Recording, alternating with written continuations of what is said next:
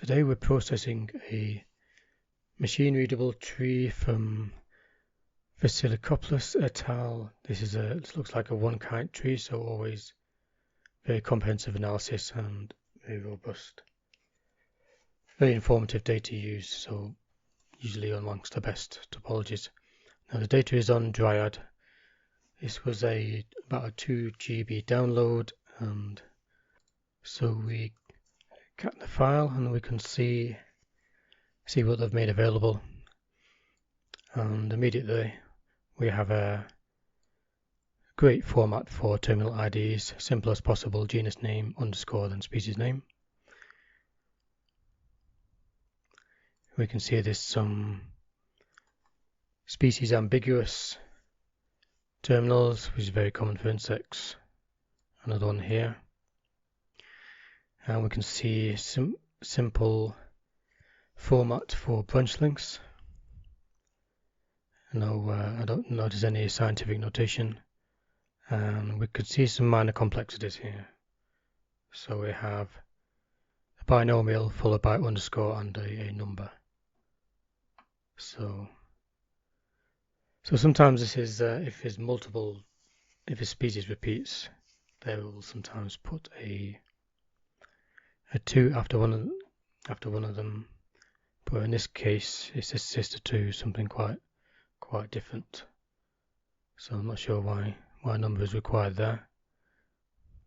Oh, here we have another here, underscore 2.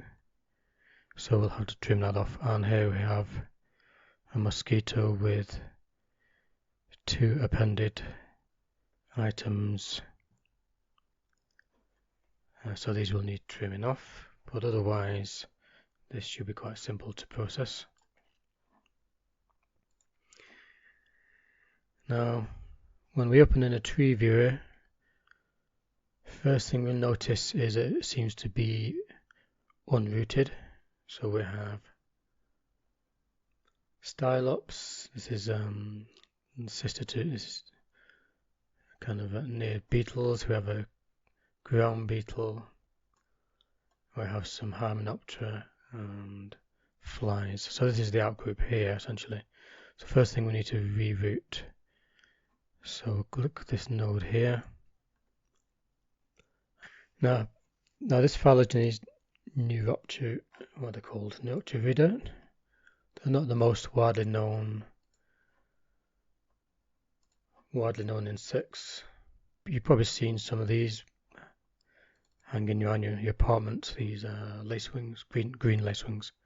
The outgroup used is rather broad, which is no doubt useful in the analysis, but for synthesis we don't really need this. So I think I'll just cut this off and then just limit to the in-group. So click node to go to sub-supertree and then click on the in-group and then export. So take another look, and somewhat smaller.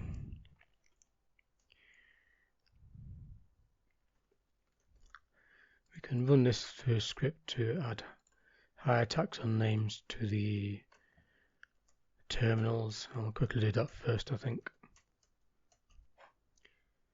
So the Neuropteridae comprises actually 3 different insect orders: Bifidoptera, Megaloptera, and Neuroptera. And you can see the sampling of the transcriptomes for these 3 orders being about 2/3 Neuroptera, and small number of families which predominate: the Chrysopidae, Emerbidae, and these at the bottom here. So the Newick string, I've just removed branch lengths.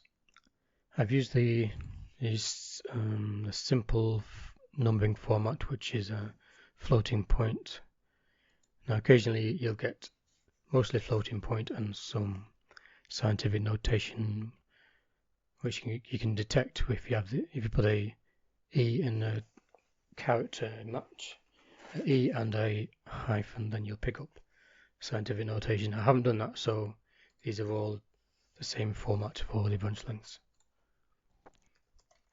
So just add a regular expression into here. And we have one what appears to be a subspecies name. We can just remove this. Okay, we have two more presumed subspecies. So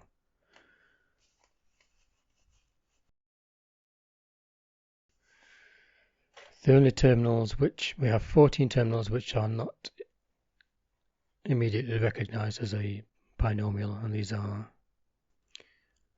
so we have a family, subfamily, and a family, and the rest would be genera. Also, we have a species ambiguous congona which has labeled congonas. So I'd say this one is not needed. Okay, so see here we have Coniophthyrix. One of them has a species name, one of them does not.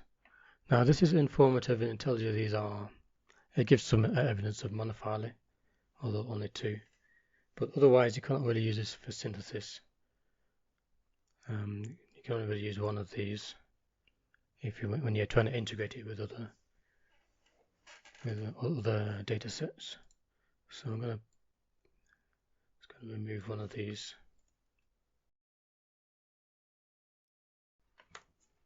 Okay, so I've trimmed one of those.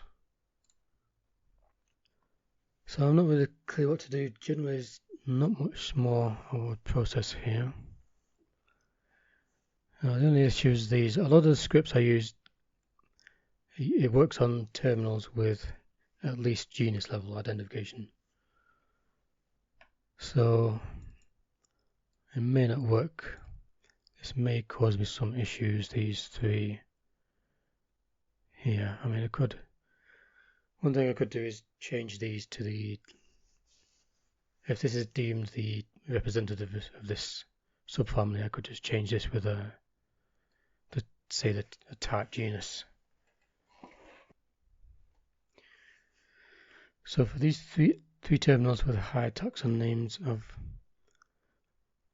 made a guess. Well, I'm not a taxonomist for what the type genus would be for these. To do this, I just need to check that there's not other representatives of these three high taxa, and if there is, these just need to be pruned. But if these are the only representatives, then I can change to this. Okay, so it's a good job I checked this. So we have a terminal labeled Coridalidae and no other taxonomic information, and there's several representatives of this family. So this needs to be pruned then. Okay, we have the same issue here, so this needs to be pruned. Yep, and again, so this is not really informative. This is assigned a high taxon name, but as is other representatives, that tells you where this family is anyway. So it's not really needed. So we've got three terminals need pruning.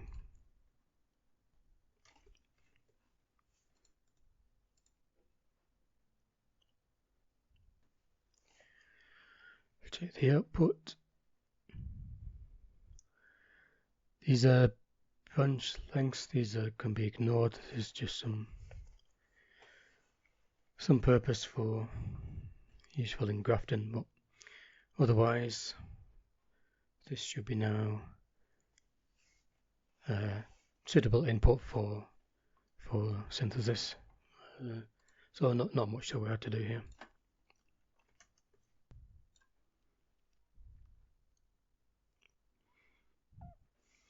Okay, so I think job done. Not much you need to do. Just removed several codes from the terminal IDs, subspecies names, and pruned several terminals which had higher taxon names for which other members were present.